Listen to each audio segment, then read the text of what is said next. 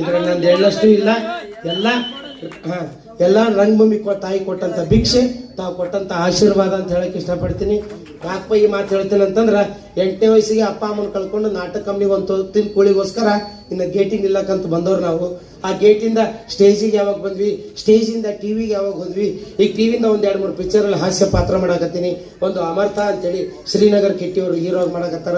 ಇನ್ನೊಂದು ಪ್ರೇಮ್ ಸರ್ ನಿರ್ದೇಶನದಲ್ಲಿ ಬರಾಕತ್ತೈತಿ. ಧ್ರುವ ಸರ್ಜ್ ಅವ್ರ ಹೀರೋ ಕೇಡಿ ಅಂತ ಹೇಳಿ ಅದ್ರಲ್ಲಿ ಒಂದು ಸಣ್ಣ ಪಾತ್ರ ಮಾಡಿ. ಆಮೇಲೆ ಯೋಗರಾಜ್ ಭಟ್ರ ಸರ್ ನಿರ್ಮಾಣದಲ್ಲಿ ಬರಾಕತ್ತೈತಿ ಒಂದು ಉಡಾಳ ಅಂತ ಹೇಳಿ. ಪಕ್ಕ ಉತ್ತರ ಕರ್ನಾಟಕದ ಜವಾರಿ ಭಾಷೆ ಒಳಗೆ ಬಂದೈತೆ ಆ ಪಿಕ್ಚರ್. ಅದರೊಳಗೂ ಮುಖ್ಯವಾದ ಪಾತ್ರ ಮಾಡಾಕತ್ತೀನಿ. ಇವು 3 ಪಿಕ್ಚರ್ಗಳು ಈ ವರ್ಷ ರಿಲೀಸ್ ಆಗುವದವ. ಇಷ್ಟು ದಿವಸ ರಂಗಭೂಮಿಲಿ ನಿಮ್ಮ ಮನಿ ಮಗ, ನಿಮ್ಮ ಅಣ್ಣ, ನಿಮ್ಮ ತಮ್ಮ ಅಂತ ಹೆಂಗೆ ಆಶೀರ್ವಾದ ಮಾಡಿರಿ, ಮುಂಬರೋ ಆ ಪಿಕ್ಚರ್ಗೂ ಅದೇ ರೀತಿ ಸಪೋರ್ಟ್ ಮಾಡಬೇಕು ಅಂತ ತಮ್ಮೆಲ್ಲರಲ್ಲಿ ಕೇಳ್ಕೊಂತೀನಿ ಕಲಾಭಿಮಾನಿಗಳೇ. ಮತ್ತೊಮ್ಮೆ ಮಗದೊಮ್ಮೆ ಅದನ್ನ ಹೇಳ್ತೀನಿ, ಪ್ರಚಾರದಲ್ಲಿ ಭಾಗಿಯಾಗಿ ಕಲೆನ, ರಂಗಭೂಮಿನ, ಕಲಾವಿದರನ್ನ ಉಳಿಸಿ ಬೆಳೆಸಿ ಅಂತ ಹೇಳಿ ನಾನು 2 ಮಾತುಗಳನ್ನ ಮುಗಿಸ್ತಾ ಇದ್ದೀನಿ. ಜೈ ಹಿಂದ್, ಜೈ ಕರ್ನಾಟಕ ಮಾತೆ, ಜೈ ರಂಗಭೂಮಿ.